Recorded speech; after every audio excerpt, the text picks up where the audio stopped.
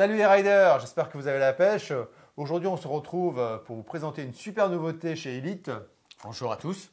L'airbag, bon, c'est chez Elite, c'est pas une nouveauté, Oui. mais c'est l'airbag sac à dos e-move. Exactement. Alors, je l'ai sur moi. Voilà. Magnifique. Très près. Alors, pour vous présenter en fin de compte le sac à dos, Ouais, j'arrête de bouger, ok. il faut que tu arrêtes de bouger, bien entendu. On va vous montrer un peu, parce qu'il fait sac à dos et il fait aussi airbag. Alors, Là, ça c'est bien parce que souvent on a la problématique de dire quand on a un airbag, on ne peut pas porter de sac à dos. exactement. Et là, on a tout intégré. Exactement. C'est un sac à dos qui peut contenir un portable 17 pouces, qu'on peut mettre ici, avec plein de poches intérieures et à l'extérieur aussi, comme vous pouvez voir ici, au niveau de là, au niveau d'ici, pour faire des rangements, téléphone, des crayons, enfin tout ce qu'on veut. Il y aura en plus sa housse de flotte que je vais vous présenter, qu'on peut représenter par-dessus, qu'on attache au niveau d'ici, et puis qui soit en dessous. Comme ça, c'est 100% étanche. On va le ranger. J'ai pas l'habitude qu'on me tripote. Hein. Bah. Voilà. Après, il y a aussi au niveau en dessous la housse pour mettre un casque, excusez-moi, qu'on accroche ici, ici et ici, et le casque à l'intérieur. Bien entendu, ce n'est pas à mettre quand on roule. C'est juste pour quand on va faire des randonnées, quand on est à pied, on met le casque. Ouais. Alors, les randonnées du MotoGP, ça. Voilà. Et on remet sa housse dedans quand on ne s'en sert pas. Après, il y aura aussi... Je peux te poser une question, Franck, Oui. vu que tu manipules. Combien de litres fait le sac à dos? Alors, le sac à dos fait 17 litres, mais il peut s'agrandir, que je vais vous montrer aussi l'emplacement pour pouvoir l'agrandir. Il fait de 17 à 23 litres. Vous avez une autre fermeture ici pour agrandir, vous voyez, ici, qu'on voit bien, le casque, et on obtient 23 litres. Voilà. Alors, Après, 23 litres, c'est pas mal. on va enlever le sac à dos. Ah, on peut l'enlever? Ça, c'est sympa. On peut ça. l'enlever. Donc, je Aussi. ne suis pas obligé. Alors, Non. on précise bien quand même que chez Elite, on reste toujours sur la même stratégie.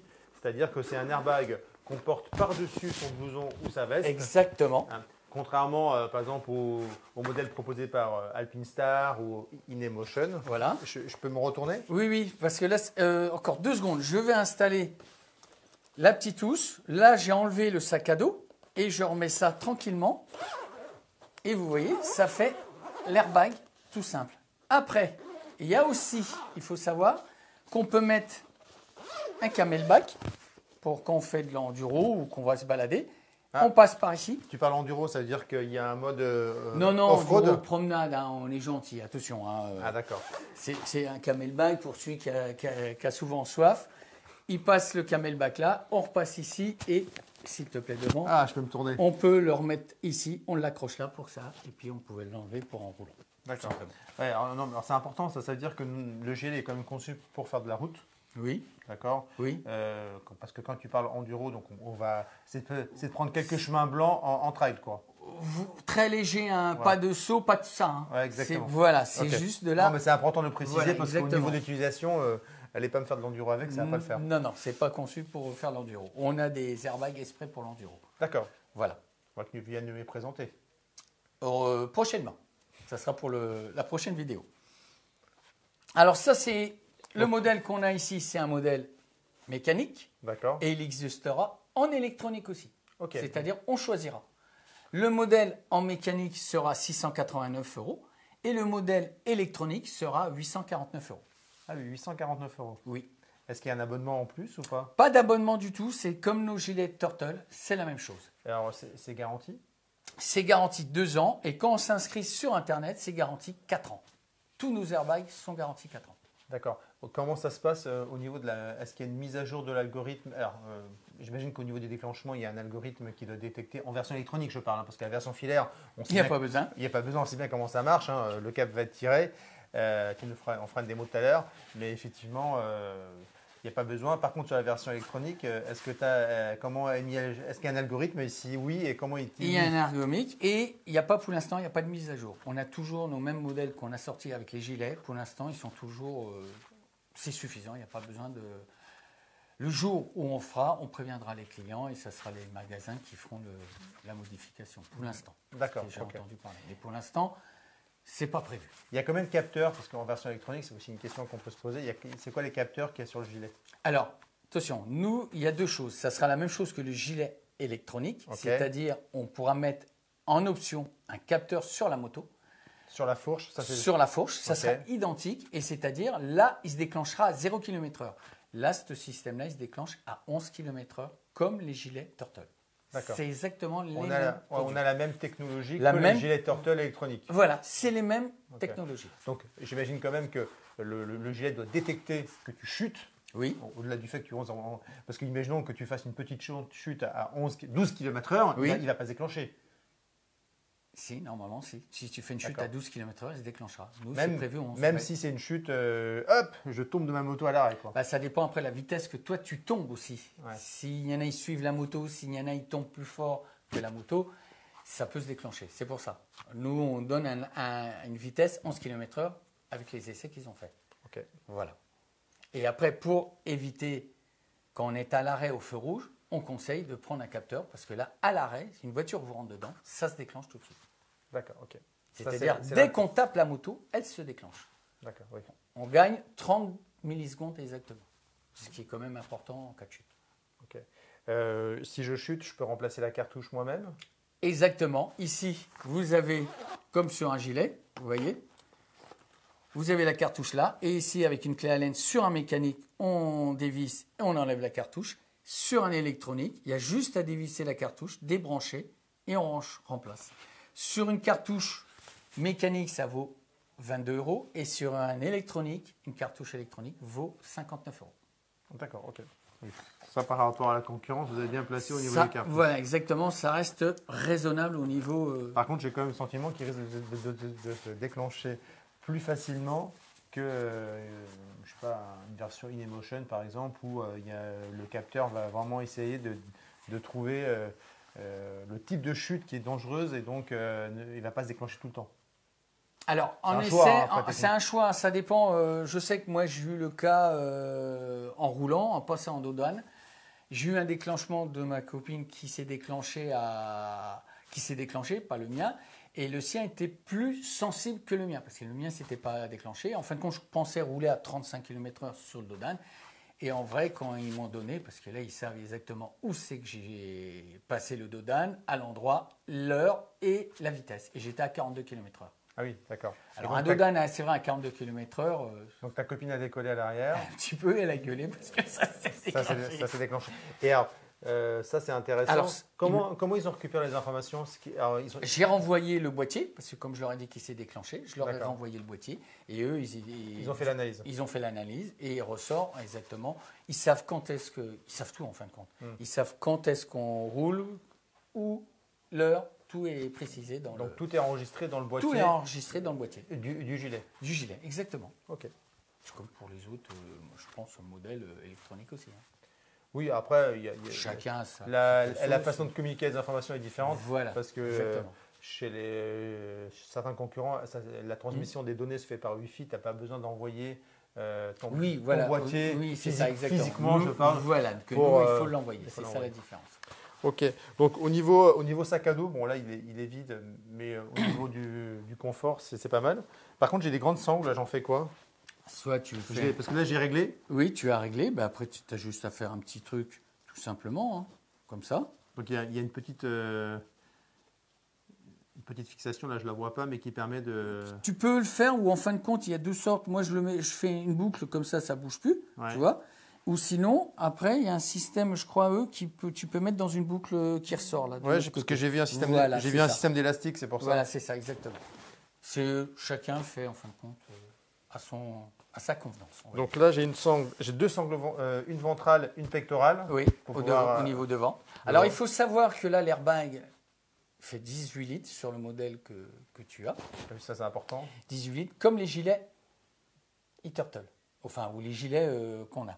La différence entre un gilet, il y a la dorsale pareil, sauf sur les côtés, on n'aura pas de boudin sur les côtés comme les gilets. Ah ok. Ça protégera devant, jusqu'en bas du ventre, et jusqu'au coccyx en bas. Ah, ça va, Oui. ça va aussi bas. Oui, ben, parce que quand on va le déclencher, vous allez voir que l'airbag va descendre jusqu'en bas. Ça va être... Et justement, comme ils vont descendre tous les deux, on ne pouvait pas les raccorder. C'était un choix par rapport au sac à dos qu'on ne pouvait pas mettre le raccord, parce que sinon, il aurait été trop. Ok, donc Parce on a 18 litres comme sur le e-Turtle, sauf qu'effectivement, les zones latérales ne sont pas gonflées. Voilà. Et donc, vous en avez profité pour les gonfler plus loin, en fait, dans le dos, peut-être même devant. Et devant. Il va être gonflé plus fort au niveau de devant, c'est-à-dire la protection au niveau du thorax sera encore plus fort. D'accord. Parce que les boudins vont être plus gonflés que sur le système du gilet.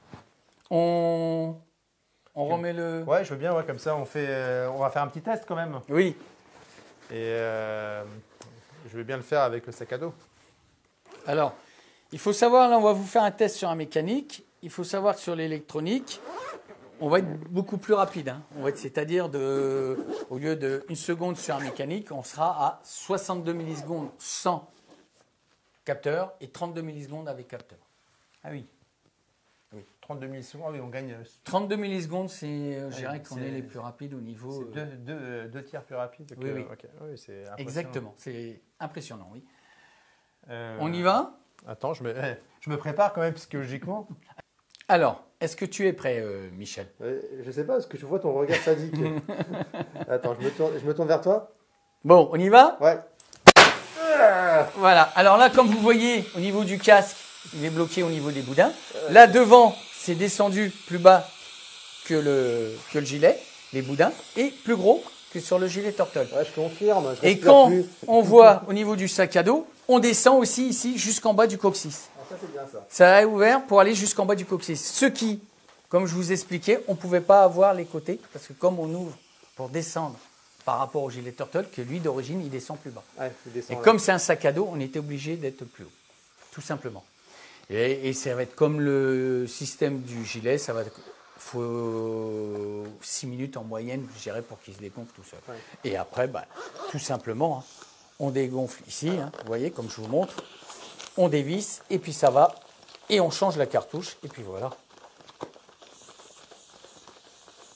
Et là, ça va se dégonfler très vite. Non, mais c'est bien que ça reste 6 minutes après gonfler. Oui, oui, il faut pas que ça se dégonfle tout de suite, hein, Oui, jamais. En cas de suraccident. Exactement. Là, Voilà. Là, ça se dégonfle tout de suite. Voilà. Et après, il va falloir remettre l'airbag par rapport à un gilet Turtle. La petite différence, c'est que le gilet Turtle, il n'y a rien à toucher. Ouais. Sur celui-là, comme vous pouvez voir, il va falloir remettre le boudin tranquillement dans ses petites poches avec, comme vous pouvez voir ici, des petites attaches qu'on remet tout le long et c'est reparti pour refaire une chute, tout simplement. C'est-à-dire, il est en... Je suis sûr qu'il veut le déclencher de nouveau. Voilà, tout simplement. Bon, on va le démonter de toi pour pouvoir le remettre comme il faut. Alors moi, ce que je trouve appréciable, c'est effectivement les gros boudins là qui sont méchés. Tout est méché à l'intérieur, donc au niveau de la respirabilité, c'est pas mal. Exactement. Ça. Et du confort aussi. Et c'est plus fin, il faut savoir que sur un gilet, là aussi on est plus fin. C'est pour ça qu'il est obligé de s'ouvrir quand les boudins, par rapport à un gilet qui est plus large, mais qui maintient le boudin sans pouvoir les aggraver. Ouais. Enfin, les boutons pression. Oui, j'ai vu qu'ils ont aussi mis des réflecteurs un peu partout. Là, c'est des zones réflecteurs. Exactement. J'ai vu qu'il y en avait aussi dans le dos. Dans le dos, là, et puis là. Effectivement, ça c'est pas mal. C'est la même conception que les gilets au niveau de l'abrasion. C'est-à-dire ça résiste, je chute à 50-60, ça ne bouge pas. Ah bah tiens, ça me fait penser à un truc. Imaginons que je chute et que j'abîme mon sac à dos. Il se répare comme un gilet. Tout est réparé en France à Dijon. D'accord. Et je peux remplacer le sac à dos éventuellement? Exactement aussi, oui. Là, pour l'instant, oui, les sacs à dos vont être mis en vente tout seuls. Séparés. Oui. Pour l'instant, on ne connaît pas encore le tarif exact parce que c'est vraiment un tout nouveau produit qui vient d'arriver. Ouais. Mais après, oui, il y aura le sac à dos qui sera seul. Si le client tombant, il a vraiment esquinté son sac à dos, mais le gilet est propre, il pourra racheter un sac à dos. Il ne sera pas obligé d'acheter l'ensemble complet. Tu parlais de Dijon, ça veut dire que les airbags sont fabriqués à Dijon? Oui, exactement. Tout est fabriqué à Dijon, à l'usine là-bas. Ouais. Même la partie électronique? Même la partie électronique, oui. Il y a les ingénieurs, ils sont français et tout est fait à Dijon. Bon, ben c'est bien. Exactement. Ça fait deuxième solution airbag française en tout cas. Voilà, exactement. C'était la première, tu me diras. C'était la première qui a créé l'airbag, il faut le savoir. Oui. Ouais. Parce qu'Elite, c'est quand même, c'était la référence de l'airbag mécanique. Exactement. Ils arrivent un petit peu tardivement sur l'électronique, mais ils nous proposent des solutions différentes. On le porte par-dessus, effectivement. Il y a cette solution sac à dos, parce que souvent, c'est une problématique qu'on a aujourd'hui. Hein, on ne peut pas porter de sac à dos avec un gilet airbag traditionnel. Et moi, on peut, mais ce n'est pas déconseillé. Voilà. Il faut souvent défaire les sangles du sac à dos. Donc, en fait, on perd un petit peu le côté stabilité qu'on avait sur le sac à dos moto avec les sangles pectorales et ventrales. Là, ce n'est pas du tout le cas, c'est prévu pour. Je dirais la différence, c'est que le sac à dos fait corps avec l'airbag, c'est-à-dire c'est une fermeture qui prend tout l'airbag. Ouais. C'est la différence que quand on rajoute un sac à dos qui est en mouvement. Qui est en mouvement, oui. Bon, super. Merci beaucoup, Franck, pour cette démonstration. Je t'en prie. Et cette présentation donc, de l'airbag eMove. eMove, exactement. De Elite, donc en 2 versions, électronique et mécanique. Exactement. Si vous avez des questions, écoutez, c'est comme d'habitude. Vous n'hésitez pas à les poser sur les réseaux sociaux. On y répondra avec beaucoup de plaisir. À très bientôt les riders. Ciao, ciao.